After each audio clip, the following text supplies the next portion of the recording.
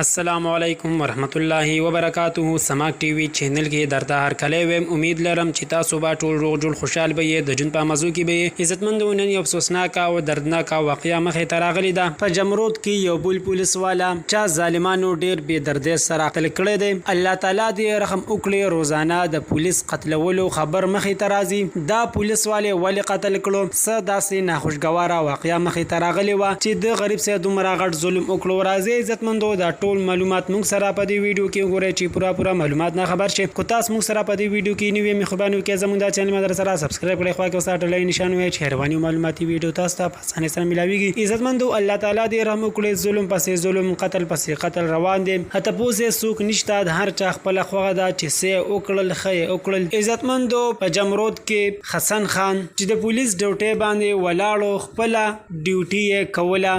د تانې په گیټ باندې ولاړو، یو دوه کسان په موټر سایکل باندې رالل چې مخونه یې پټ وو. چې څنګه حسن خان په گیټ باندې سیکلو نو سم دسې په پایرنګ شروع کړو. سلور 15 ډزه په دقه موقع باندې ولګېدو.